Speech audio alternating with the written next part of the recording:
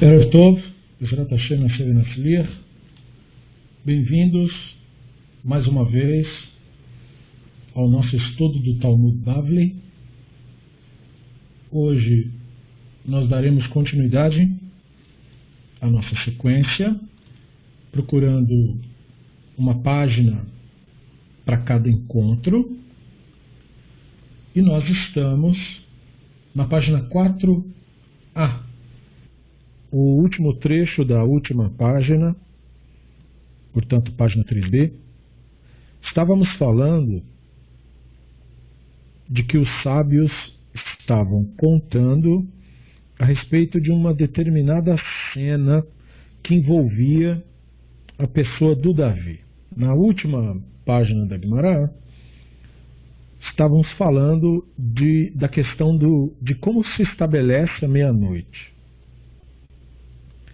E aí nós vimos que tinha um baraita que nos disse que o Davi saberia quando seria meia-noite.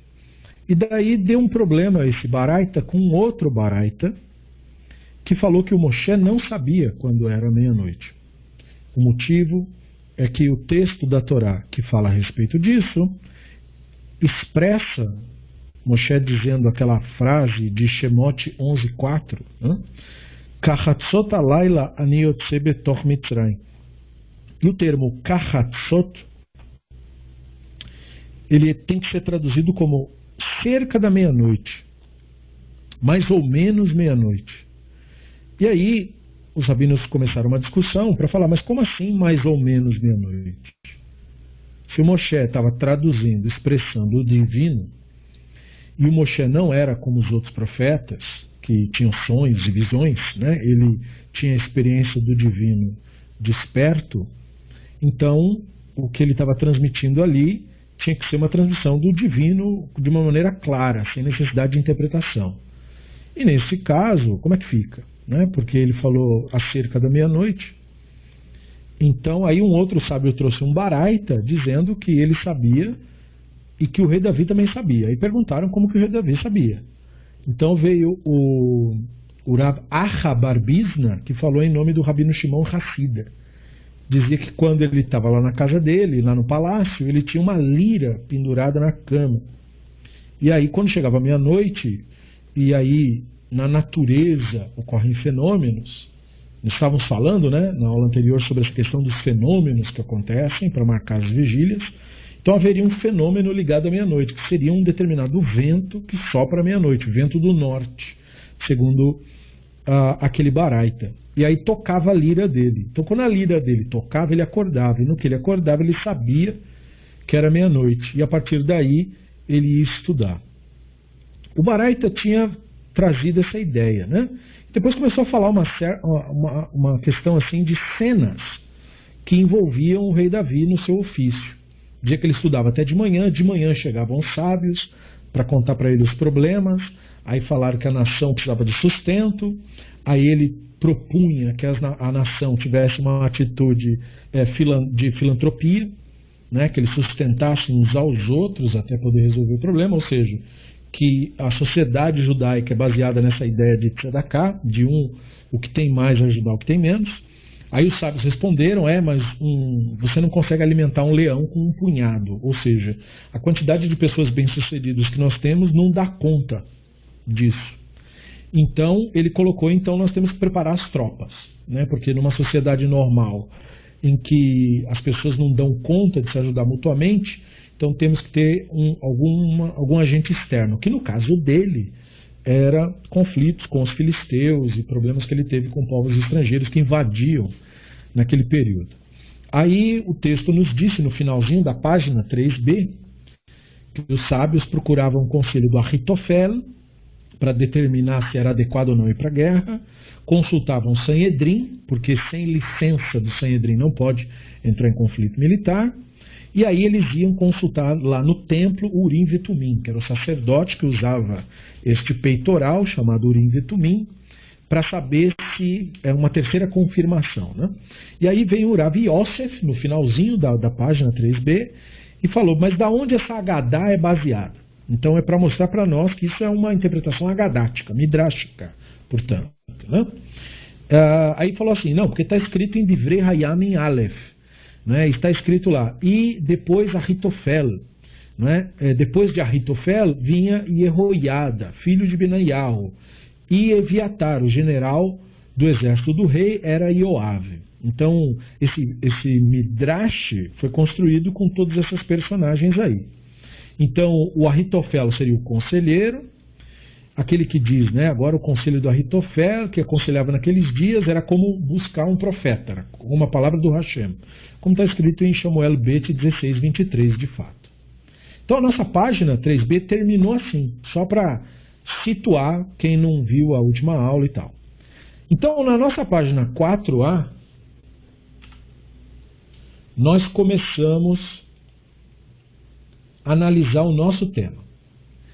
Então, o nosso tema começa dizendo assim, né, o Benaiah ben Yehoiada, que foi dito lá no verso, corresponde ao Sanhedrin, já que ele era o chefe do Sanhedrin.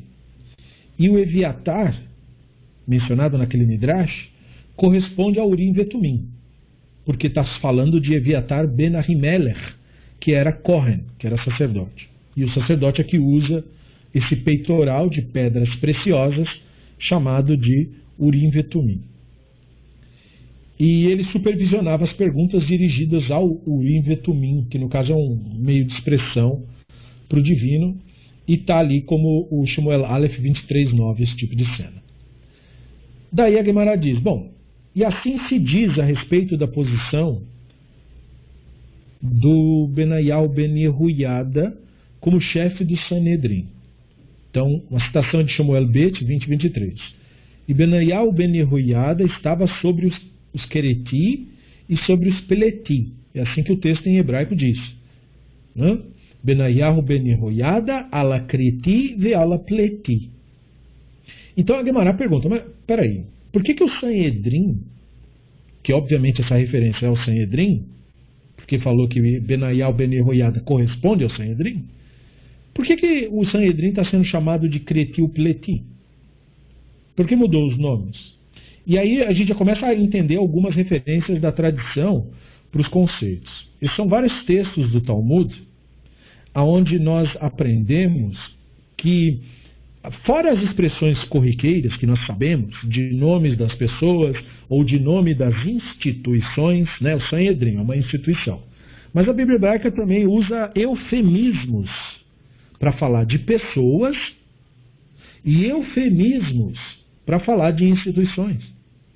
E aí a Guimarães já está nos trazendo a primeira de muitas que nós veremos. Né? Então, é um texto da Bíblia hebraica, fala que ele estava sob o Creti e o Pleti. Mas o que é isso? Bom, isso é o Sanhedrin. Mas por que está chamando o Sanhedrin diferente agora? Então, aí começam as explicações. Né? E aí a Gemara diz assim, bom, era chamado Creti porque eles eram decisivos quando eles tomavam as decisões. Então, a expressão para decisivo é Kretim. Então, por isso, Creti. Era o tipo era certeiro, era uma coisa, digamos assim, de gente profissional. Né? E nos pronunciamentos, eles não falavam, eles não titubeavam ou tivergizavam, não ficavam enrolando as coisas. E ele já era chamado de Pleti, porque os seus pronunciamentos de sabedoria eram maravilhosos. Porque a raiz da expressão plet, flat, também é a mesma raiz da palavra muflá, e aí no plural, muflaim. E muflá é uma coisa maravilhosa, espantosa, incrível. Então, eles se expressavam de maneira direta, objetiva, e aquilo era tão claramente entendido na mesma hora que era dito, que gerava um espanto de quem ouvia. Falando assim, uau, são sábios mesmos. Né? Nos dão confiança de que a gente está, pelo menos, bem orientado. Então, o chefe do Creti e o Pleti era o chefe do Sanhedrin. E de acordo com a ordem do verso, ao serem instruídos pelo rei Davi a entrar em guerra, os sábios primeiro consultaram Ahitofel, depois o Sanhedrim, depois consultavam Urim e Vetumim, e somente depois disso o general do exército do rei, Yoav, recebia o comando para preparar os militares para a batalha. Então o Talmud está trazendo uma espécie de hierarquia de valores para a decisão de coisas pertinentes, através daquela lição do Davi. Veja, o assunto começou com Davi e a devoção dele à meia-noite, porque a gente queria determinar quando era meia-noite. E agora a gente veio parar num outro tema, num tema relacionado à hierarquia de valores nas ações do antigo Israel. Isso, claro, na visão dos rabinos. Não estamos falando em nome do antigo povo de Israel, estamos falando em nome dos sábios de Israel que eram da Babilônia. Então eles estão mostrando que a hierarquia de valores coloca a Torá no topo, porque primeiro tinha que consultar o Ahitofel, o especialista em Torá. Depois do Ahitofel, de ter um parecer do Ahitofel, aí sim eu consulto o Sanhedrim, que não é necessariamente a mesma especialidade, já que o Sanhedrim tem a ver com a questão da legislação e o seu impacto na população. Isso é uma maneira de pensar diferente da maneira de determinar, por exemplo, o que a tradição diz, ou qual a visão mais adequada para se interpretar a Torá. É um outro universo, por assim dizer. E aí, depois do Sanhedrim ainda, não era suficiente. Veja, o Sanhedrim não é como se fosse um papado, que o que diz está decidido, a grande palavra do Sanhedrim. Não, o Sanhedrim é a segunda etapa só. Depois vem o Urim e Vetumim, porque o Sanhedrim se põe como que falando em o nome do divino. Então, se você tem o templo e você tem o divino se manifestando no templo, então você pode ir lá consultar o divino diretamente, através do Urim e Vetumim. Então o sacerdote trazia Urim e Vetumim, ele se postava, tinha que ser feito de manhã esse ritual, e ele estava lá com um peitoral, com pedras.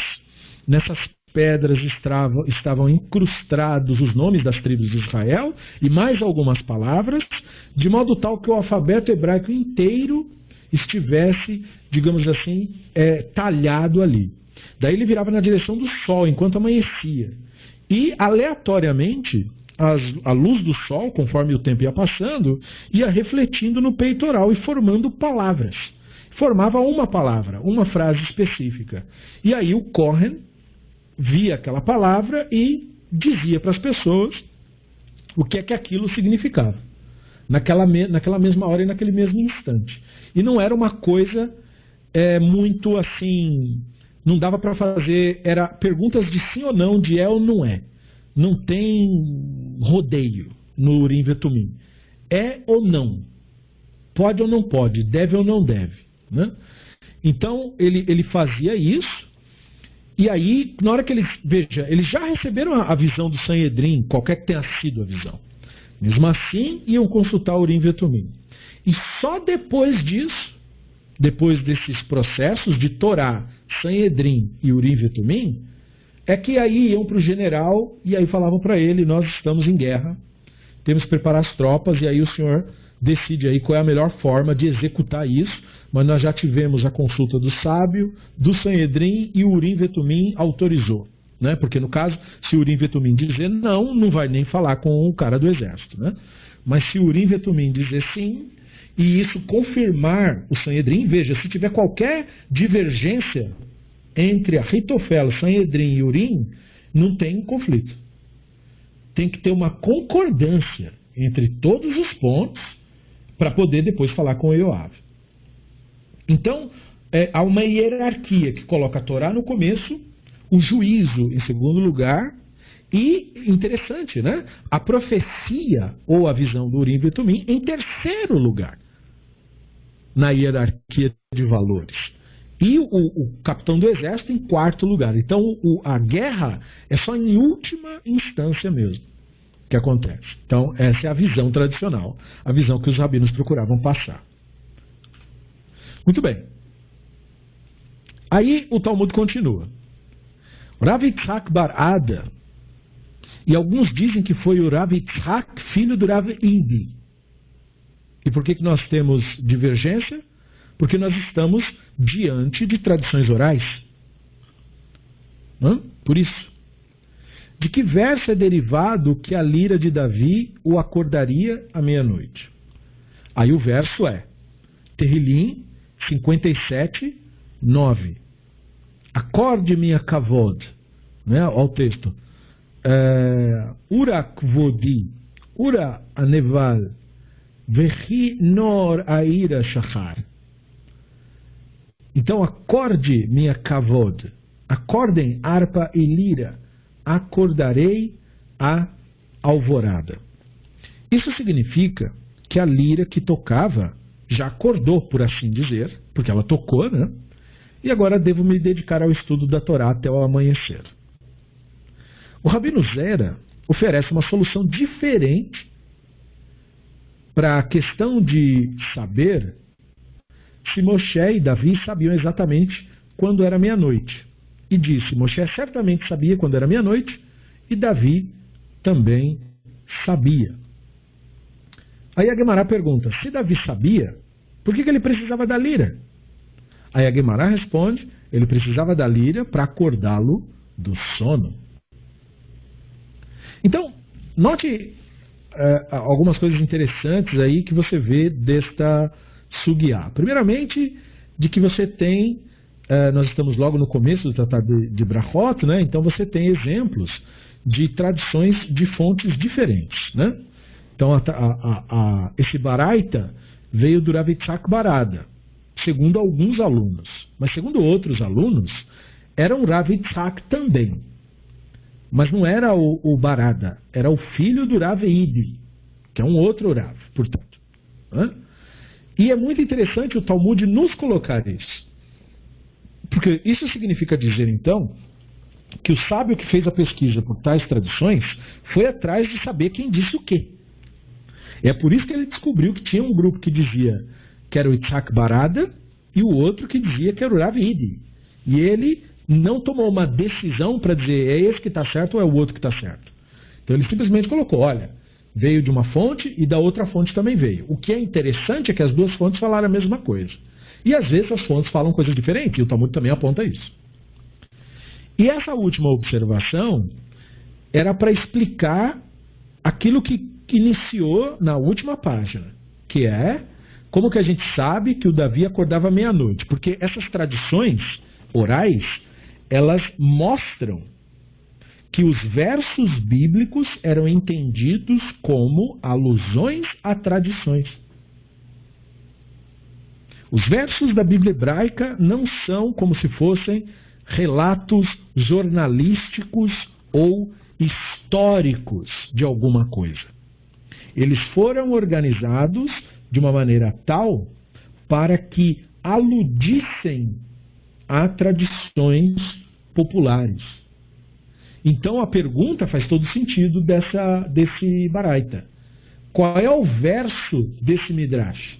Esse Midrash diz que o Davi acordava à meia-noite. Qual o verso que aponta para isso, que inspirou essa tradição? O verso é de Terrilim. Acorda minha kavod, e a expressão kavod aqui é relevante, porque no caso tem que ver com a devoção dele, com aquilo que ele valorizava. Kavod é uma expressão que quer dizer honra, mas ela é usada, por exemplo, quando essa palavra é usada em relação ao divino, ela obviamente não quer dizer mais isso, porque o divino não tem o conceito egóico de ser honrado ou desonrado. Então, kavod em relação ao divino diz respeito à presença. Então, minha kavod é a minha presença no mundo. E a minha presença no mundo é a minha consciência, portanto, a minha neshama. Portanto, kavod é um eufemismo para neshama. Por isso, desperta a minha neshama, poderíamos ler. Acordem, harpa e lira, acordarei a alvorada.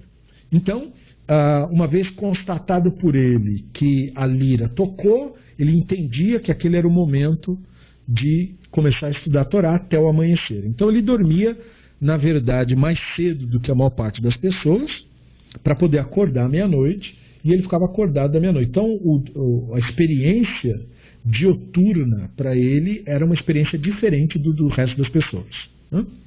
Daí, essa explicação, ou essa fonte textual, que seria, digamos, o chão em cima do qual foi construído o Midrash, agora ele está concluído aqui. E aí vem o Rabino Zera e fala, bom, esta foi a explicação e foi dado o texto. Mas eu tenho uma outra tradição sobre isso. Nesta outra tradição, naquela o Davi não sabia, quando era meia-noite, tinha essa ajuda. Mas na que eu tenho, diz o Rabino Zera, ele sabia. E não só ele sabia, Moshe também sabia. Porque nós começamos falando que Moshe não sabia quando era meia-noite, porque Moshe diz cerca da meia-noite, que Hatzot Alayla.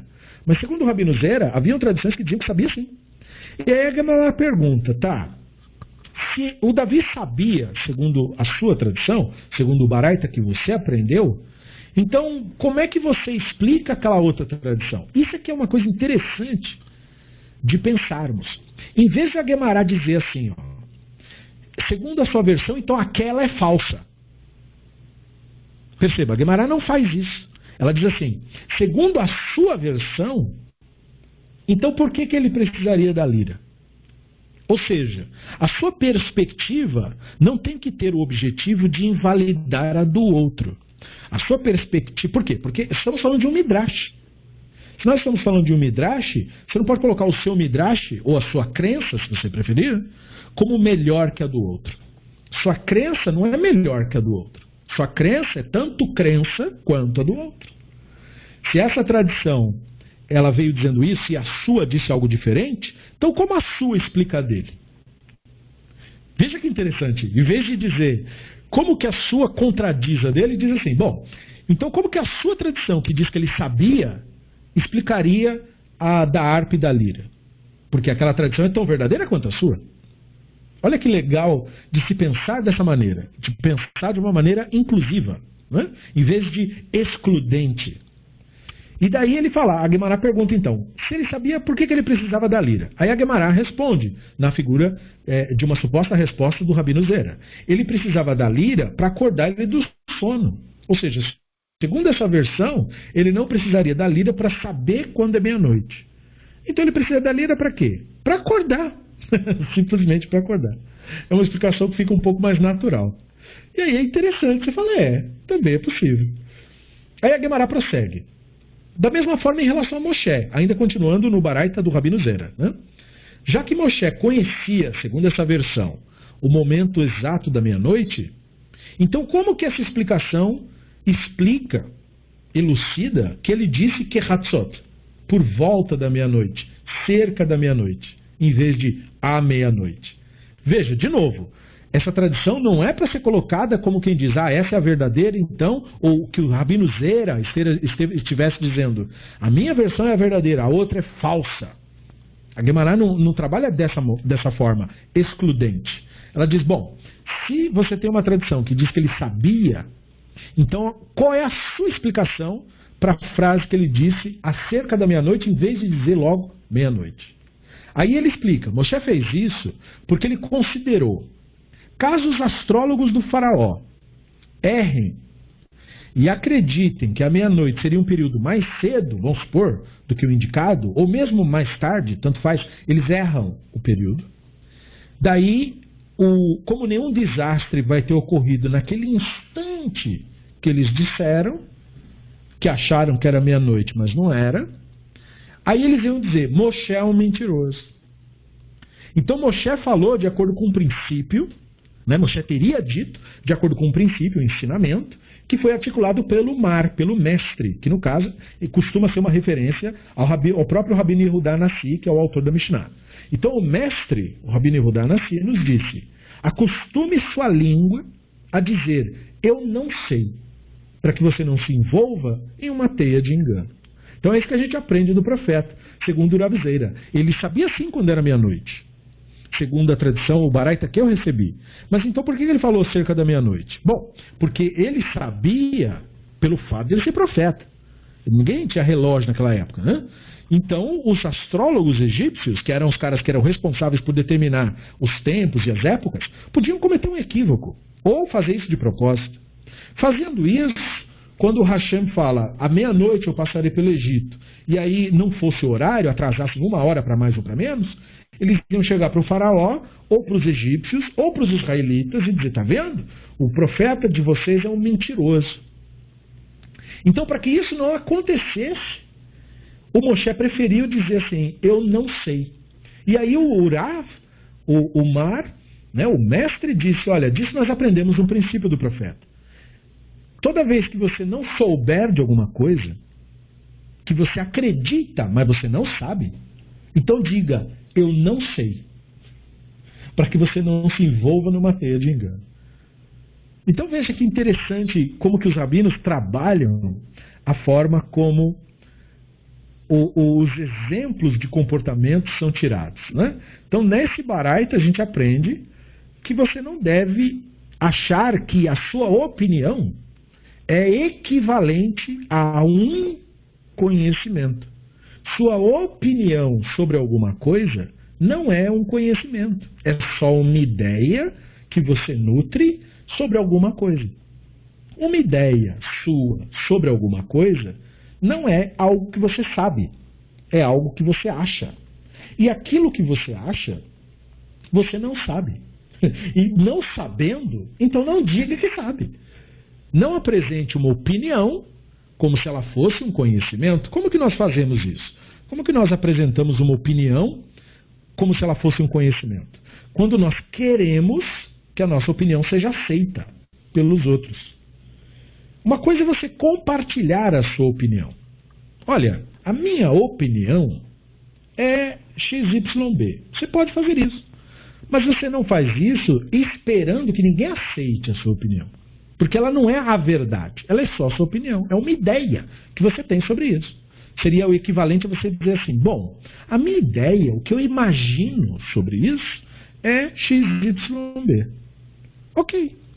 Mas quando você quer, porque quer, por qualquer razão, que a sua opinião seja aceita como se ela tivesse uma importância, então você está confundindo a opinião com o conhecimento. E nesse ponto você se desvia do que o Talmud está apontando.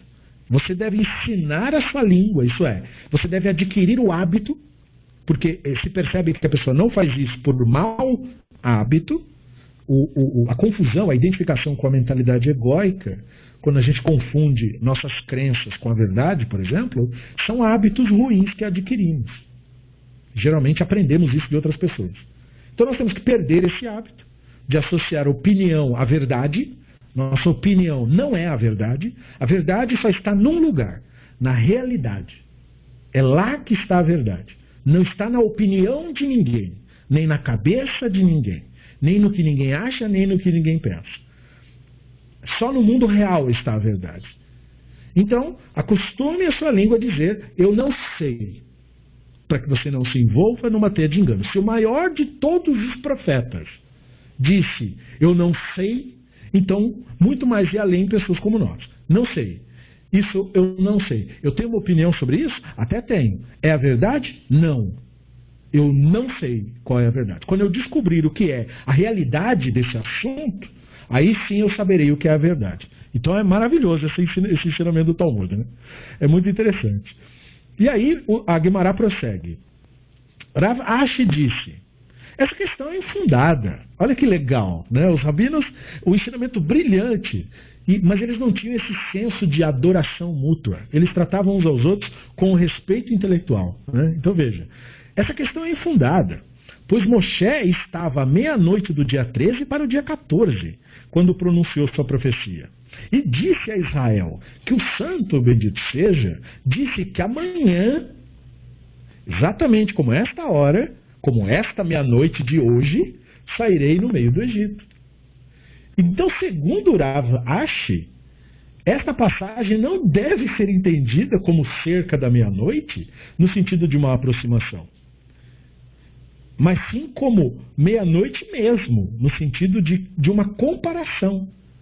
comparando a meia-noite de hoje com a meia-noite de amanhã. Olha que coisa espetacular. Então, quer dizer, você tinha já uma tradição que dizia que Moshe não sabia quando era meia-noite. Aí tem o ensinamento daquela tradição. Aí, segundo o Rav Zera, né, a gente aprende disso como que você tem que ser cuidadoso na hora de você colocar sua opinião sobre as coisas, porque o próprio profeta Moshe falou com cuidado cerca da meia-noite, porque ele estava preocupado se outras pessoas iam cometer um erro.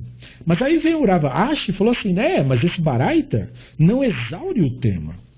E eu tenho uma tradição de que o Moshe sabia sim quando era meia-noite. E aí se você me perguntar, mas então por que ele falou cerca da meia-noite? Que hatzot? É porque essa expressão em hebraico, que, ela pode ser lida de várias formas. Ela pode ser lida como cerca de, né, uma aproximação, mas ela também pode ser lida como se fosse dizer assim, como esta meia-noite. Então qual seria o sentido? Ele falou, é só você estar na meia-noite do dia anterior. Se você tiver dessa profecia na meia-noite do dia anterior, você pode falar naturalmente, ó, como esta meia-noite, amanhã o Hashem vai passar no Egito. E aí você está falando exatamente da meia-noite. Você não precisa dizer que foi mais ou menos meia-noite. Então o Rav Ashi vem e, digamos assim, quebrou todo o clima que o Rav Zera tinha criado. Quebrou com o quê? Com lógica. Então isso é uma coisa espetacular do Talmud. É brilhante o ensino do Rav Zera, nossa, muito legal. Mas aí vem o Rav Ashi e joga um balde de gelo em todo mundo. Pode parar com isso daí. É meia-noite da noite anterior. Tem nada de que parecido com meia-noite. E aí, com a lógica, ele não anula nada do que foi dito, mas ele traz uma outra reflexão que, digamos assim, simplifica a coisa toda. Gente, por que vocês estão achando isso difícil? Ele estava só no dia anterior. Então pronto, ele falou como esta meia-noite, que Hatzot, e está tudo certo. Fantástico. Daí a Guemará considera essa última resposta do Rav Ashi tão boa que todo mundo ficou em silêncio, porque ninguém falou mais nada. E aí ela falou, tá, próximo assunto, vai. Então lá veio esse racional, jogou um balde de água fria em todos nós, senti até o frio aqui, tá bom, próximo assunto. Daí a Guemará explora aquele assunto anterior do caráter do rei Davi. Né? Então a Guemará começa a falar sobre isso. Bom, dizem, né, está escrito no Terrilim 86, uma reza de Davi, guarda minha nefesh porque sou piedoso. Então, um texto bem legal, né? Lê David, Shamra nafshi ki hassidani, né? Guarda minha nefesh porque eu sou piedoso. Levi e o Rabino Yitzhak tiveram uma discussão, eles debateram sobre o sentido desse verso. E como, por meio de que, a piedade do Davi se manifestaria no fato de que ele foi além das suas obrigações fundamentais, porque uma pessoa, no sentido bíblico, no sentido antigo do termo, né, essa expressão aí, Hassid, não quer dizer membro de nenhuma seita específica criada no século X, tá? O conceito de Hassid aqui é uma outra coisa. Eles tinham uma ideia de uma pessoa, digamos assim, muito devotada, muito adiantada, ou 100% dedicada para o estudo ou para alguma coisa. Como um sacerdote, por exemplo, como um levita, ou como alguém que fizesse juramento de nazir. Todos esses casos aí seriam casos onde a pessoa seria designada como uma pessoa piedosa, um Hassid, um devoto. E essa expressão, ela traz para nós a questão da ideia de devoto. O que é isso, afinal? Segundo os conceitos populares, em primeiro lugar, os sábios primeiro trabalham como que o povo entendia a coisa, para depois pensarmos em como isso deve ser entendido por cada um de nós. Então, você tem declarações dos Amoraim, né, dos rabinos que vieram depois, dos Tanaim, para explorar um pouco do que o Davi representa para a cultura judaica de uma maneira geral, como ele procurou se expressar no Terrilim. Né? O Terrilim é o livro, digamos assim, pelo qual o Davi é mais lembrado. Embora ele seja muito mencionado no livro de Malachim, ele é mais lembrado por ser autor de músicas, de canções no Terrilim. Então ele é mostrado como um penitente, como um devoto, um cara que rezava muito, ou pelo menos cantava muito. independente, né? Porque o Terrilim é tido como se fosse uma reza hoje. Hoje a pessoa reza o salmo, né? Mas aquilo, na verdade, ele é um livro de música, não de reza. Ele é um livro de música. Todas essas coisas eram cantadas. Então eram canções, né? O que mostra já uma diferença gritante da expressão religiosa do período bíblico para a expressão religiosa posterior, né, que faz a coisa de uma maneira mais devocional. E ali eram canções em volta da fogueira mesmo. O pessoal sentar, se alegrar e tocar uma música e ter uma letra que falasse das coisas da Torá e tal, e tal, e tal. Tem a ver com a questão de hoje de música religiosa. Mas como isso também hoje em dia é um mercado, né, o objetivo dele é duplo, né, ele é financeiro, e ele também tem o objetivo de trazer pessoas para a religião. Porque um dos fortes elementos que faz com que uma pessoa desinteressada em religião venha é, de repente, uma música bem composta, que seja do gosto daquela pessoa em particular, né? Que é, geralmente, o mecanismo que está fazendo, inclusive, religiões completamente insanas e retrógradas continuarem com muitos membros. As pessoas vão mais para ouvir música do que para qualquer outra coisa. Porque, de fato, alguns grupos têm um talento muito grande, conseguem envolver o público, e a música tem essa característica de nos de afetar as emoções, né? A música tem nós temos uma relação muito forte cultural com a música, os seres humanos em geral, né? Então, segundo o que os sábios comentam, tem um comentário extra de um comentário da própria Guemará, que chama Kotev, né?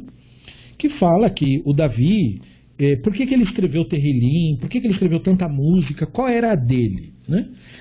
Isso aí, segundo se comenta, era resultado de culpa. Ou seja, ele passou o resto da vida dele arrependido pelo que aconteceu lá com o negócio da Batsheva. O resto da vida dele.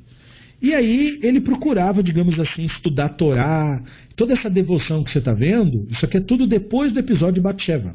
Esse negócio de acordar meia-noite, ou seja, para o resto da minha vida, eu nunca mais vou dormir uma noite inteira. Eu vou acordar toda meia-noite e vou ficar até de manhã estudando Torá e escrevendo músicas, né, para o Hashem e tal. Eu nunca mais vou me desviar disso, para eu nunca mais fazer as coisas horríveis que eu fiz.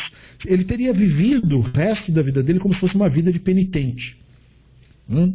E aí, isso por um lado, tem a questão de ele se sentir culpado pelo que ele fez com Uria e tal, e por outro lado, ele procurava então, digamos assim, espiar o dano que ele causou, tentando facilitar a vida de outras pessoas, como nós veremos, né? E aí, por isso, então, é que teria surgido dele essa expressão, guarda minha nefesh, porque eu sou um piedoso. Ou seja, ele não estava dizendo como quem celebra ser piedoso.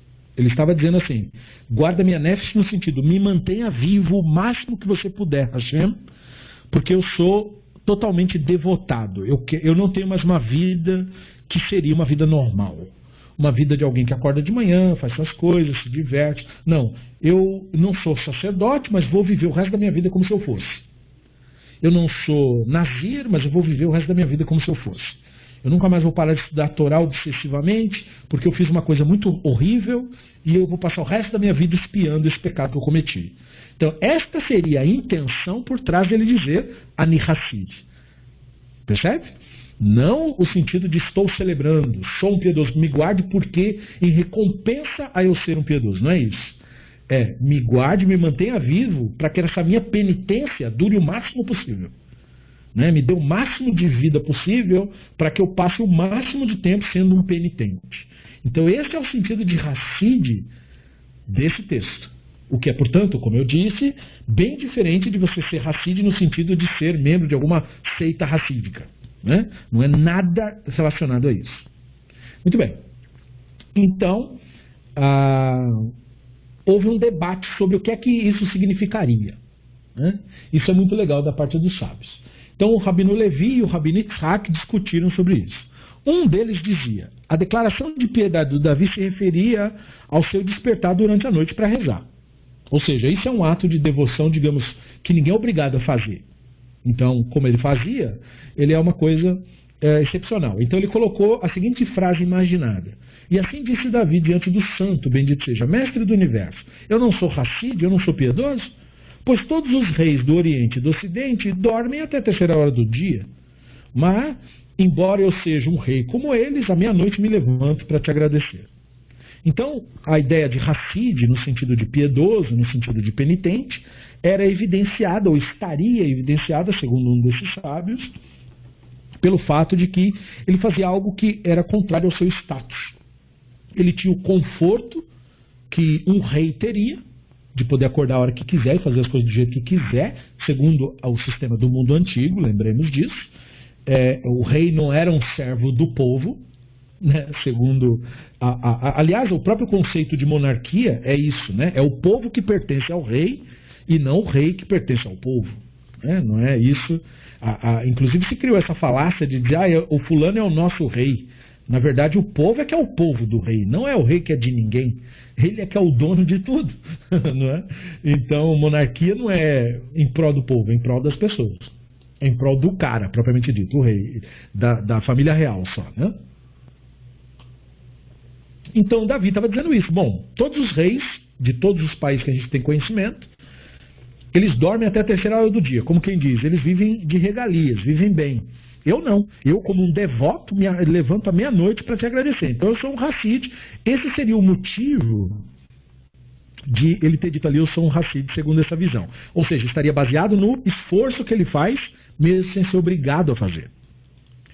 Isso seria um Hassid, uma ideia de Hassid. Aí um outro sábio dizia o seguinte: Davi disse o seguinte perante o santo, bendito seja, mestre do universo, eu não sou Hassid, eu não sou piedoso, pois todos os reis do Oriente e do Ocidente sentam-se em grupos condizentes com seu status honrado. Ou seja, isso na verdade é uma realidade até hoje. Aquilo que falamos antes, a monarquia propriamente dita, não é necessariamente uma realidade no mesmo teor no mundo todo. Tem algumas monarquias no mundo, ainda no estilo do mundo antigo, mas são poucas e minoritárias. Mas isso que ele acabou de dizer é verdade. A plutocracia, ou seja, o governo de quem é mais rico, que é o atual governo que nós vivemos, embora digam que é democracia, não é democracia, porcaria nenhuma, é plutocracia, né? Quem governa são os mais poderosos, os mais ricos. Então a mesma coisa ele estava falando. Uma monarquia é, de certo modo, uma plutocracia, porque ele é o mais rico e o mais poderoso do lugar, por isso que ele governa. Então ele falou, todos os reis do Ocidente e do Oriente, eles têm o seu status, o seu grupo, a sua elite, né? A chamada elite, ou os aristocratas, né? Mas eu me sento com um juiz que emite decisões para o povo. Ou seja, o que ele quer dizer com juiz é um juiz de alahá, não um juiz de verdade de um tribunal. Eu gosto sempre de fazer distinção, porque há muitas pessoas que confundem um juiz de alahá como se ele fosse um juiz de tribunal civil. Não é, nem mesmo na formação. O juiz de tribunal civil tem que estudar outras coisas, e um juiz de alahá não, né? Então o juiz de alahá é só de alahá mesmo. Então, ele evidentemente não tem um status político. Então, ele é menor, digamos assim, do que um cara que governa um país, né? E aí, ele se sentava com o juiz para tomar decisões para o povo. Aí ele começa a dar exemplos de que decisões seriam essas. As mulheres vêm a mim com questões de impureza ritual, que são, dentre todos os temas que a Allahá podia trazer no mundo antigo, os temas mais incômodos. Por quê? Aí ele fala, as minhas mãos ficam sujas de sangue, enquanto eu trabalho para determinar se é ou não sangue de impureza. Porque no mundo antigo, quando as mulheres tinham fluxos menstruais e tal, tem cores esse negócio, né? Quando você começa a estudar sobre isso, você descobre que o sangue ele tem diversos tons de cores. E dependendo do tom de cor, ele é ritualmente impuro e dependendo do tom, ele não é. E como é que você vai saber? Então você tem que estudar isso daí para saber o que o útero produz mesmo e o que é sangue e que torna ritualmente impuro e o que não é. Então elas recolhiam uma amostra com tecido e levavam para o especialista. E, no caso, o Davi se colocava como especialista. Como parte da sua penitência, ele foi estudar justamente as leis mais incômodas que tem. Porque você tinha que se sujar, enfim, tocar no negócio e ver como que funciona, né? Não era uma coisa muito agradável de se fazer. E aí também, quando a mulher tinha um feto abortado, ele tinha que analisar o feto e o estágio de desenvolvimento para ver se, segundo as tradições, aquilo era considerado ou não parto. Dependendo do tamanho é considerado e dependendo do tamanho não é considerado. E a placenta também, tinha que ver a placenta, porque tinha mulheres que davam à luz a uma placenta sem nada. E aí o cara não sabia se aquilo era de fato considerado parto ou não era, e as leis de pureza e impureza se aplicavam ou se não aplicavam. Então tudo isso tinha que ser visto a olho nu. O cara tinha que olhar aquilo de fato. Né? E aí quem ia fazer isso? Né? Geralmente não era uma coisa que a pessoa sonhava, acordava de manhã dizendo, olha, meu sonho é ver essas coisas hoje. Mas ele falava, eu me pus a fazer isso, como penitência, né? Vou fazer isso o resto da minha vida. E o rei Davi passou por todo esse problema para o objetivo dele qual era? Tornar uma mulher ritualmente pura, né? Determinar o mais breve e da melhor forma possível para que aquela mulher se tornasse ritualmente pura, para que ela pudesse ficar com o marido dela em paz, o que levava ao aumento, né? Nas relações, no amor, na afeição, e finalmente a procriação. Isso é um comentário feito pelo Rabino Yoshiao Pinto, que é bem interessante, porque essa é a penitência dele, porque ele atrapalhou, por assim dizer, o casamento da Batsheva com o Uria, né? Então, como penitência, ele procurava ajudar o casamento dos outros, por assim dizer, né? Porque ele só teve um filho com a Batsheva e depois ele ficou muito penitente, né? E daí ele passou a vida dedicado a fazer isso daí. E aí, depois do exame, o sábio declara a mulher ritualmente pura e ela pode ficar com o marido. E não apenas me envolve em atividades consideradas, né, abaixo do posto de rei, né, o cara é um rei, então ele é a figura que todo mundo paparica. Quando você vê na Europa, por exemplo, o rei não tomava nem banho, era alguém que dava banho nele. E ele nem vestia a própria roupa, era alguém que vestia a roupa dele. Então você imagina, tinha escravo para dar banho, escravo para pôr a roupa, escravo para pôr o sapato, escravo para pôr a cama, escravo para pôr a comida, escravo para fazer tudo. O rei não fazia nada. Né? Ele era um inútil. Né? Não é à toa que quando tinha conflito militar eles morriam fácil, porque o cara era um inútil, não sabia fazer nada. Então, e o rei Davi falava, não, eu não sou assim. Né? Eu sou rei, mas eu faço as coisas que ninguém quer fazer. Né? E aí ele falou, e eu faço mais do que isso, porque essa, digamos assim, é uma exposição externa, digamos assim, né? me envolver com uma coisa considerada aí desagradável, externamente falando. Não, eu também me envolvo com incômodo interno. Aí ele diz, eu consulto meu professor, Mefiboshet, né? Neto do rei Shaul, filho de Jonatã, em relação a tudo que eu faço. E eu digo a ele, Mefiboshet, meu professor, eu decidi corretamente? E se ele falasse não, então eu mudava. Eu condenei adequadamente? Eu absolvi corretamente? Eu decidi sobre o ritualmente puro corretamente? Eu decidi sobre o ritualmente impuro corretamente? E eu não me senti envergonhado. Então essa renúncia à dignidade real deveria me tornar, né, digno de ser chamado de Hassid, de piedoso. Que, portanto, novamente, dentro do nosso contexto, quer dizer penitente. Né? Alguém que se expõe voluntariamente ao incômodo, voluntariamente ao desconforto, sem a reclamação, mas aceita isso para si. Essa seria a visão do Hassid. Agora, olha que interessante. O Davi passou a se dedicar ao estudo de Torá realmente nas questões mais difíceis de entender, porque elas não são lógicas. São as questões de pureza e impureza ritual. E como ele mesmo declara, segundo esse Baraita, ele cometia muitos erros. Não é? Porque o Mefiboshet toda hora corrigia ele. E ele dizia, eu não me senti envergonhado. Ou seja, eu fazia toda a mão de obra, tal. Depois, quando eu decidia, o Mefiboshet vinha e falava, não, está errado. Você falou o quê? Não, eu decidi que é impuro. É puro. E aí ele falava para a mulher, não, então é puro. E aí ele chegava para a mulher, e aí você decidiu o quê? Decidi que era impuro. Não, então diga que é puro. E decidi que é puro, então diga que é impuro. Ele decidia muita coisa errada, segundo a visão do professor dele, o Mefiboshet, e ele não se envergonhava de ser corrigido, mesmo sendo o rei, no caso. Né? Por quê? Porque tem toda uma legislação do rei, que você não pode contradizer o rei. Né? Inclusive, na Bíblia hebraica, você tem uma demonstração disso, desse comportamento do Davi, que também não foi tirado do nada. Tem aquela cena, que é a cena do próprio do pecado da Batsheva, onde ele está lá no palácio, e aí o profeta Natan vai falar com ele e conta aquela parábola, né? A parábola dizendo, olha, era um cara muito rico, e ele tinha muitas ovelhas. E o Davi, ok, e ele falou, então, e aí ele tinha um vizinho, e esse cara era um cara pobre, coitado, só tinha uma. Você acredita que esse cara foi fazer um churrasco para os amigos, e em vez de ele pegar das milhares de ovelhas que ele tinha, ele foi lá na do pobre, e pegou a do pobre, e deixou o cara sem nada, e comeu a ovelha dele, em vez de comer as próprias.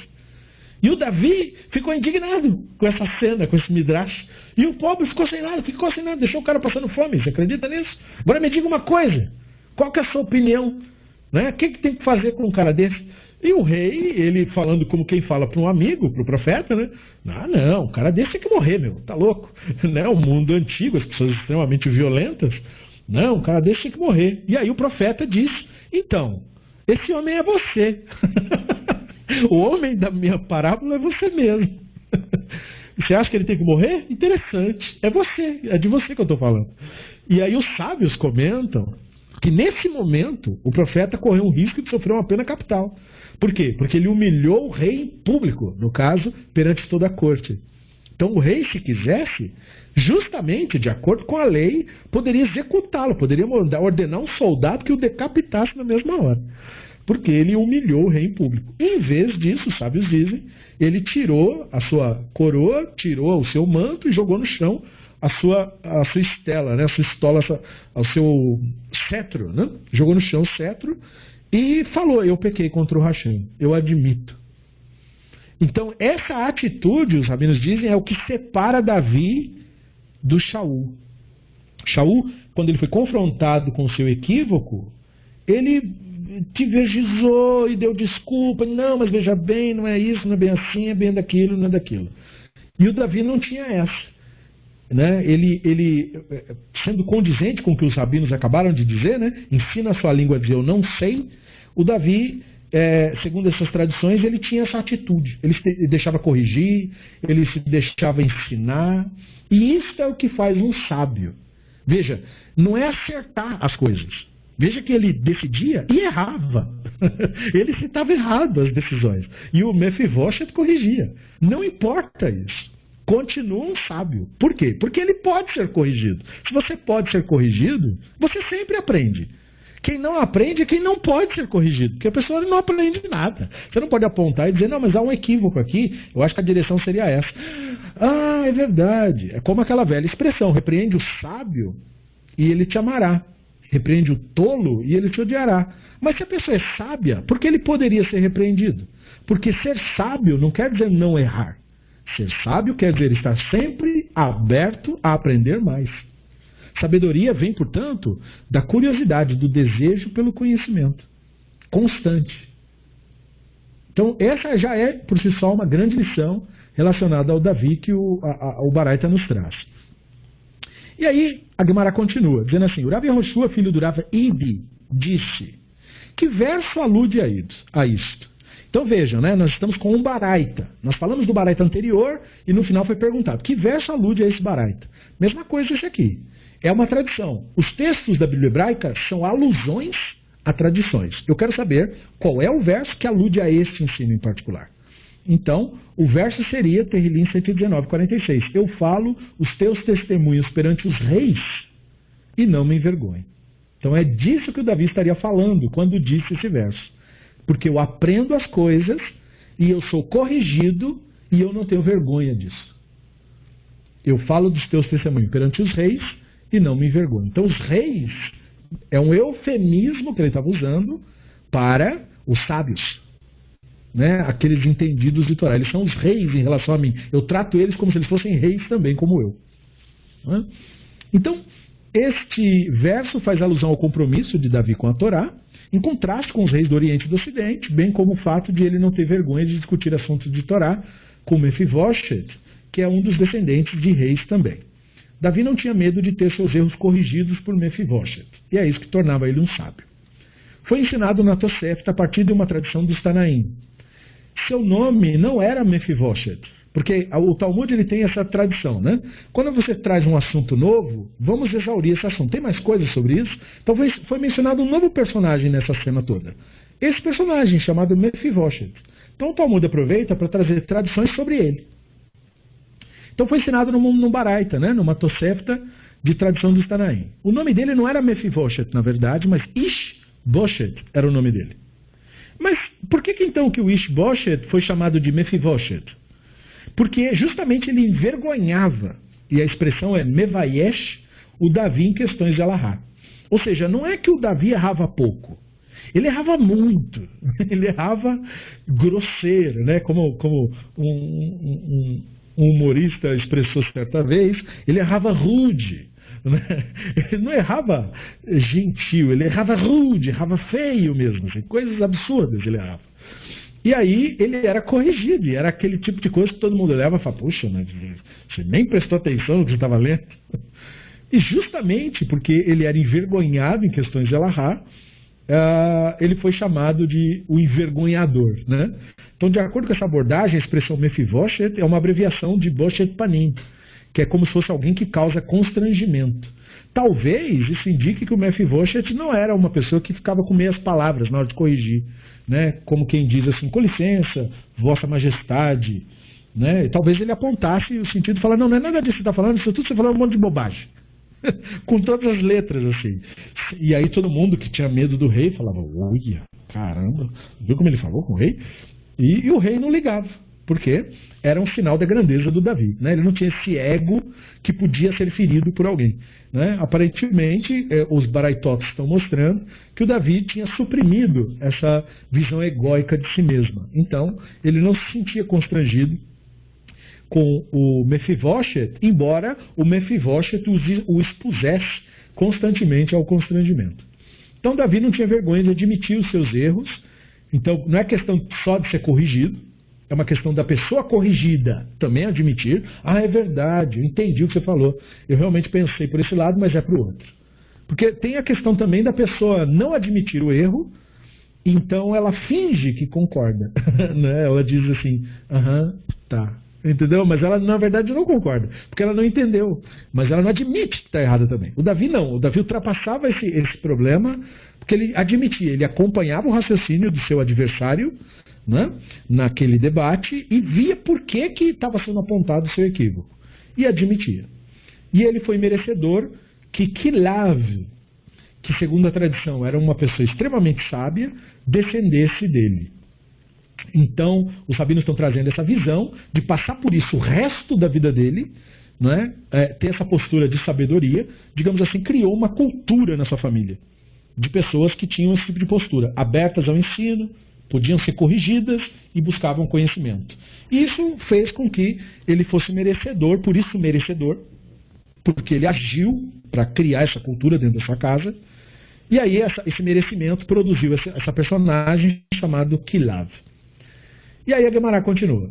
O Rabino Yohanan disse, mas o nome dele não era Kilav, o nome de verdade dele. E aí é mais uma coisa interessante. O nome dele era Daniel, o Talmud fala. Ele não foi batizado, né, como quem diz, Kilav.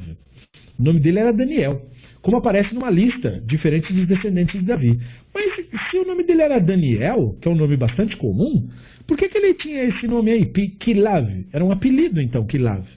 Então diz, porque ele envergonhava, e a expressão Kilav tem a ver com a raiz Mahlim, porque Kilav, lembrem que o Raf, né, ele tem também o som de Ra e de K. No caso do nome Kilav, é pronunciado com Dagesh, com K. Mas é Hilav também, pode ser lido, a mesma raiz. Então, Mahlim, o Mem, perante, é para criar uma ação, né, como Medaber, como uma ação realizada. Então, a ação de envergonhar também pode ser expressa como Mahla. Então, ele envergonhava, Mahlim, o Mefiboshet, o professor, que no caso seria a figura de autoridade. Então, Hilav. Então, Hilav quer dizer, ele envergonhava o Av, que no caso era o maioral, por assim dizer, a figura de autoridade em questões de Alahá. Então, o que o Davi passou, digamos assim, de sendo diminuído no seu conhecimento pelo Mefivoshet, foi recuperado porque o Hilav superava o Mefiboshet em visões de Alahá. Ele conseguiu ultrapassar, digamos assim, o conhecimento. Então é bem interessante notarmos como que os rabinos viam essa cultura do saber. A sabedoria é uma cultura, é um modo de comportamento que vai, digamos assim, influenciando outras pessoas. Na medida em que você cria uma cultura aberta ao conhecimento, aberta a aprender, aberta a ser corrigido, você vai proporcionar que mais pessoas tenham esse mesmo tipo de comportamento. E você pode fazer isso na sua própria família e, para mais e além, em outros modos de convivência. E aí, em seu livro de sabedoria, o Shlomo disse sobre esse filho sábio. Então, o que está dito em Mishlei 23:15, meu filho, se o seu coração for sábio, o meu coração também se alegrará, estaria falando do Hilav. E como Davi assistiu, ao testemunhar que seu descendente Hilav se transformou num iluminado de Torá, o seu neto, a tal ponto que o Hilav era capaz de responder a Mefiboshet, foi por isso que o Shlomo teria dito sobre o Hilav, meu filho, torne-se sábio e você alegra o meu coração para que eu possa responder aos meus críticos. Então, ou seja, o Hilav conseguiu, inclusive, em muitos momentos, defender visões do Davi, perante o Mefiboshet, mostrando, portanto, que ele ultrapassou ainda a questão da legislação, mostrando várias questões de cultivo da sabedoria e dos resultados que isso pode ser no convívio com o passar do tempo. Daí a Gemara prossegue dizendo assim: no que diz respeito à afirmação de Davi, guarda minha nefesh porque eu sou um Hassid, sou alguém piedoso, penitente, portanto. A Gemara pergunta, Davi se considerava Hassid? Ele se considerava piedoso? Mas não está escrito. E aí tem um texto de Terrilim 27:13 que geralmente é lido assim: se eu não tivesse acreditado, e a expressão é lulê, não veria a bondade do Hashem na terra dos viventes. Geralmente nós lemos essa frase como se ela fosse uma declaração de alguma coisa. Mas a Gemara está mostrando que não. No texto original do Sefer Terrilim, a palavra lulê, em cima de cada palavra tem um pontinho. Tem um pontinho em cima do lamed, um pontinho em cima do vav, um pontinho em cima do outro lamed e um pontinho em cima do aleph. E aí os rabinos prestam atenção a isso. Então, por que esse verso serve para contradizer a visão de que ele dizia que era piedoso? Porque nesse verso ele está expressando uma dúvida. Mas se eu não tivesse confiado, acreditado, eu não veria a bondade da Hashem na terra dos viventes. Ele estava expressando isso como uma dúvida dele, não como uma afirmação. E aí os pontos, portanto, que aparecem na palavra lulê do texto hebraico indicam incerteza de que ele mereceria um lugar nessa tal terra dos vivos. E essa é uma interpretação do avó de Rabi Natan, portanto de um Midrash. Em nome do Rabino Yossi, foi ensinado numa Tosefta. Por que os pontos aparecem sobre a palavra lulé, indicando incerteza? Porque Davi disse diante do santo bendito seja: Mestre do universo, eu confio em ti, que você concede uma excelente recompensa aos justos no mundo vindouro. Mas eu guardo incertezas quanto a mim mesmo. Eu não sei se eu definitivamente tenho uma parte entre eles. Então, é muito interessante esse ensinamento do Rabino Yossi. O conceito de mundo vindouro se refere ao desconhecido, ao futuro desconhecido, que é desconhecido para nós, seres temporais, que nascem e morrem, e que não são desconhecidos perante o divino, que é a própria realidade se manifestando e mutando. Então, se alguém tem controle do que acontecerá, é o divino. Mas a gente não sabe nada disso. Então a gente chama de mundo vindouro, o mundo que virá, que não veio e que, portanto, não é verdade agora. Então, é muito interessante, porque a Gemara trabalha com essa ideia.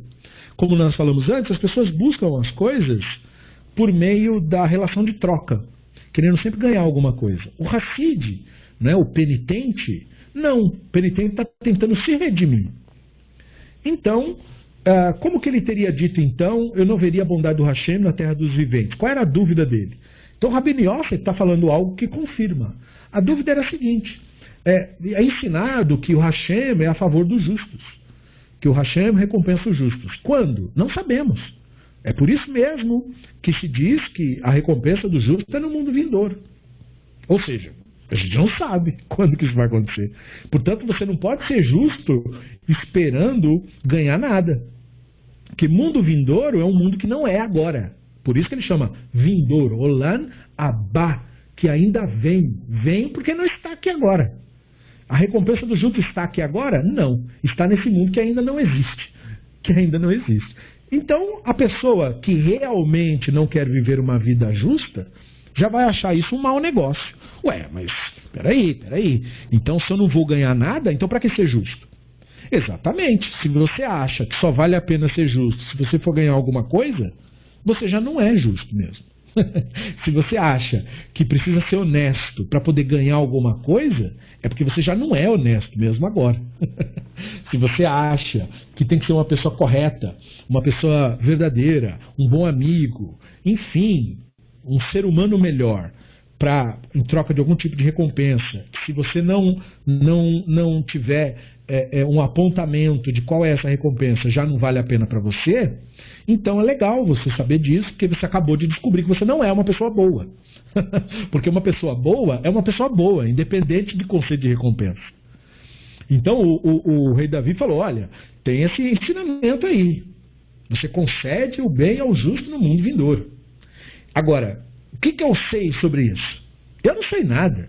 Como é que eu vou saber que eu vou ter parte disso mesmo? Eu não vou? Não tenho a menor ideia. Pode ser que eu tenha, pode ser que eu não tenha. Então, eu não posso viver em função disso. Então, isso seria uma apresentação, segundo o Rabino Yosef, de que o Davi é de fato um Hassid mesmo. Ou seja, uma pessoa penitente. Né? A penitência dele fez com que ele tivesse, inclusive, aberto mão dessa ambição aí, de querer ganhar alguma coisa. Não quero ganhar nada.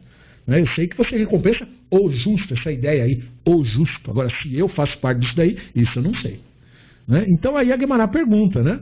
Então, se ele não tinha certeza da recompensa, então como é que ele se caracterizava já como piedoso? Qual é o sentido então de ser piedoso? Porque supostamente, segundo uma leitura que se pode fazer da coisa, piedoso seria como se você soubesse que é. Né? Mas isso é claro, eu já mencionei para vocês. Ele estava, na verdade, usando piedoso num sentido diferente do que a religião usa hoje em dia. Hoje em dia, ser piedoso não tem nenhuma relação com bondade, ser uma pessoa boa, honesta, verdadeira. Só tem a ver com ser membro de uma seita específica. É só isso que quer dizer piedoso hoje. Mas esse termo aqui, no sentido bíblico e no sentido talmúdico, não tem nada a ver com isso. Tem a ver com ser uma pessoa penitente. Ele estava arrependido do que ele fez e queria passar o resto da vida espiando o que ele fez, sendo o melhor ser humano que ele pudesse ser e o máximo de devoção que ele pudesse ter. Então, tem esse sentido. Daí, a Guimarães prossegue. A Guimarães responde, sua preocupação não comprova nada, pois o rei Davi sabia que era piedoso. Porque a questão de piedoso ali é ser penitente. Então, não é nenhuma contradição. Ele estava simplesmente preocupado com a questão de se uma transgressão que ele pudesse cometer no futuro levaria a perder a oportunidade de considerar a bondade do Hashem na terra dos vivos. Então, essa é uma outra questão interessante. Né? Como que uma pessoa autoproclamada ou considerada Hassid, piedosa, poderia considerar a questão da transgressão? Porque ele não tinha nenhuma visão mágica de si mesmo. E se ele não tinha uma visão mágica de si mesmo, tampouco nós devemos ter uma visão mágica dele.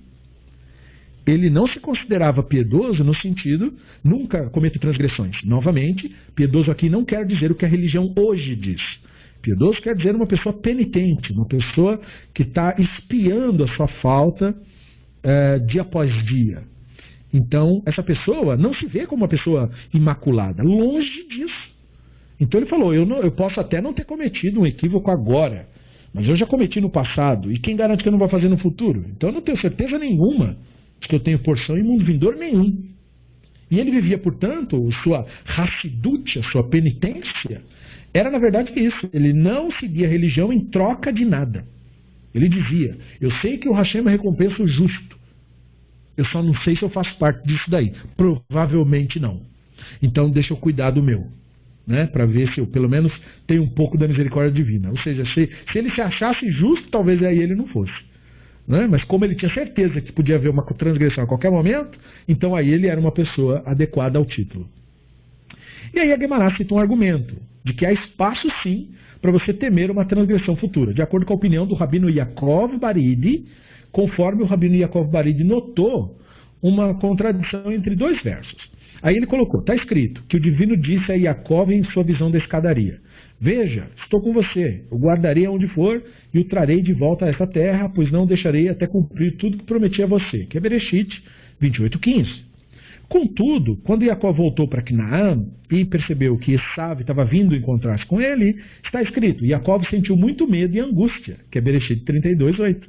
Por que Jacó não confiou na promessa divina? Jacó se preocupou e disse a si mesmo, caso uma transgressão que eu tenha cometido depois que a divindade fez sua promessa a mim, tenha causado que o divino revogue sua promessa de proteção. Então olha que interessante, o Talmud está trazendo à tona que pessoas por nós consideradas piedosas, e ninguém mais piedoso para o povo de Israel do que os patriarcas, não se viam de maneira como hoje se entende o conceito de piedoso. Eles também se viam como penitentes. Eles também se viam como pessoas que faziam o bem, não esperando ou tendo uma genuína esperança de que no mundo vindouro seria recompensado. Não serei. O Jacó não tinha certeza nem mesmo se o divino ia fazer o que falou que ia fazer, e ele teve a visão de que ia fazer. Mas ele teve a visão, né? Então quer dizer, está tudo certo. Mas ele disse, não, mas não está tudo certo, porque o divino é constante, é eterno, mas eu não sou. E se eu cometi uma transgressão que acaba anulando aquilo? Porque o divino prometeu isso para quem? Para uma pessoa que estava aos olhos do divino na justiça. E se eu não sou mais aquela pessoa? Todo dia eu sou uma pessoa diferente. Todo dia eu aprendo algo diferente. Eu não sou mais a mesma pessoa que eu era ontem. Amanhã eu não serei mais a mesma pessoa que eu sou hoje. Quem garante que eu ainda continuo sendo o mesmo Yaakov para quem o divino fez a promessa de que eu te guardarei? Porque ele falou isso por um justo. E se eu não sou mais esse justo? Então ele não tinha uma visão delirante de si mesmo. Se o patriarca não tinha, por que o Davi teria? E se o Davi não tinha, por que nós teríamos uma coisa dessa? Por que nós acharíamos que nós teremos porção, nós somos dessa religião, então a gente tem uma porção do divino? Quem te falou isso daí? Quem te garante que você vai ter porção de quê? E você lá sabe? Então a Guimarães está trazendo essa importante reflexão. O Davi não tinha certeza disso. Nem o patriarca tinha. E você tem. Você acha que vai ganhar o quê? De quem?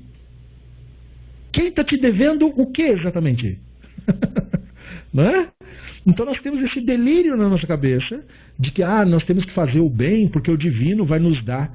Peraí, mas quem falou que o divino te deve alguma coisa? Até onde consta não te deve nada. Se você fazer o que é correto é porque você é uma pessoa correta.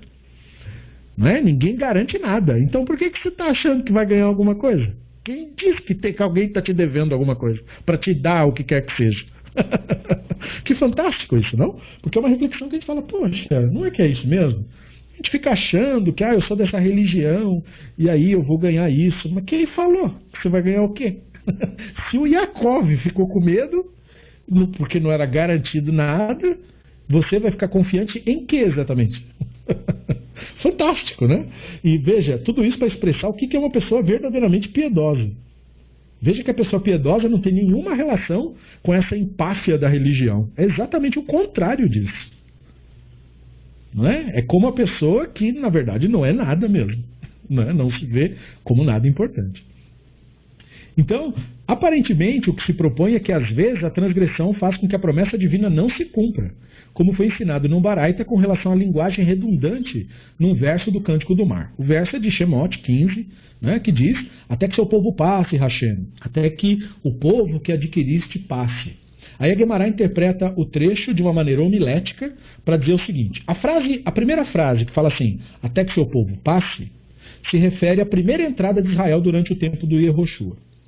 Enquanto que a segunda frase, até que o povo que adquiriste passe, se refere à segunda entrada de Israel após o exílio da Babilônia, quando eles retornaram. Aí, com base na justa posição dessas duas entradas, os sábios disseram, Israel era digno de receber um sinal do divino, ter uma experiência com o divino, no tempo do Esdra, o escriba, quando eles voltaram do exílio da Babilônia na segunda entrada. Assim como foi realizado por eles no tempo de Yehoshua, né, que a Torá conta que eles tiveram uma experiência com o divino, que o rio Yarden, né, abriu para eles passarem como se fosse o Mar Vermelho. Aí os sábios dizem, na época do Esdra era para ter acontecido algo parecido. Mas não aconteceu nada, como a gente sabe. Né? Por que não? Aí os rabinos dizem, porque a transgressão causou a ausência de um sinal. Então os rabinos mostram uma coisa muito interessante. A nossa percepção do divino depende totalmente de nós e não do divino. O divino é um efluir que é constante, imutável, sempre disponível, sempre. O problema é nossa percepção do divino. Nós que atrapalhamos a nossa percepção da divindade. A divindade não se afasta, nem nunca se afastou, nem nunca se afastará de ninguém. A divindade nunca está mais longe. A divindade é imutável, né? E permeia toda a existência. A grande questão é que a nossa percepção disso é que não é constante. Então, quando nós não temos a percepção do divino, é por isso que nós não vemos o sinal, entendeu? O Nes. Nós não vemos porque o problema está em nós. Então veja, a espiritualidade que o Talmud está ensinando a desenvolver não é uma espiritualidade que depende de ninguém, só de você. Essa espiritualidade que o Talmud ensina, nenhum rebbe pode te dar, nenhum rabino pode te dar, nenhum líder religioso de religião nenhuma pode te dar. No judaísmo não pode te dar, ninguém pode te dar. Só você sozinho que pode conseguir isso. Ninguém pode te colocar em contato com o divino. Só você pode se colocar em contato com o divino. Então não espere de ninguém. Não é? Então é muito mais profundo do que a gente imagina. Nós que atrapalhamos o manifesto do divino para nós. Nós que atrapalhamos a nossa experiência. E aí, quando a Guemará nos traz nesse pico, né, nessa profunda reflexão, a Guemará volta para o tema inicial. Típico do Talmud fazer isso. Nos leva lá no topo, quando a gente vai entrar no espaço sideral, a Guemará traz de volta para a terra e diz, bom, voltando a falar da Mishnah, os rabinos disseram, o tempo para a recitação do Shema vespertino é até a meia-noite. A Guemará pergunta, bom, de acordo com a opinião de quem eles explicam o verso quando te deitares, que é o verso do Shema, né? Quando te deitares e quando te levantares. Porque se eles explicam esse verso de acordo com a opinião do Rabino Eliezer, que diz que quando te deitares se refere ao momento em que as pessoas costumam ir dormir, então que os rabinos digam que o tempo da recitação do Shema se estende de acordo com a opinião do Rabino Eliezer logo de uma vez, até o final da primeira vigília. E é assim que termina a página do Talmud 4a. A página termina trazendo de volta ao tema inicial e apresentando de novo um raciocínio lógico dentro do texto da Mishnah. Ou seja, o Talmud começou com lógica e terminou com lógica. Então percebam, né? Tem os ensinamentos espirituais, tem as reflexões. Em seguida, bom, então, voltando aqui para o tema lógico. Percebam como o Talmud trabalha os nossos raciocínios. Ele alimenta a nossa imaginação, ele alimenta as nossas reflexões e em seguida ele nos traz de volta para a racionalidade. Ele faz esse exercício. Vamos para o Midrash, vamos analisar um conceito e vamos voltar para a lógica de novo. Depois a gente vai no Midrash, depois analisa um conceito, depois volta para a lógica de novo. E nesse processo você vai desenvolvendo sua capacidade intelectiva, sua capacidade de analisar diferentes discursos, diferentes narrativas e ao mesmo tempo conseguir voltar e raciocinar com clareza e com racionalidade, como é requerido para poder se estudar a Torá com sucesso. Então voltamos ao tema da Mishnah, que termina nessa página e vai continuar no nosso próximo estudo, na nossa próxima aula, na página 4b, que fica para a nossa próxima aula, Bezrat Hashem Itbarach. Então, por enquanto, terminamos por aqui e eu agradeço a todos os que prestigiaram e que comentaram e que participaram. E na nossa próxima aula, página 4b, nós daremos continuidade ao estudo do Talmud Bavli, Bezrat Hashem Itbarach. Muito obrigado, boa noite a todos e até a próxima, Bezrat Hashem.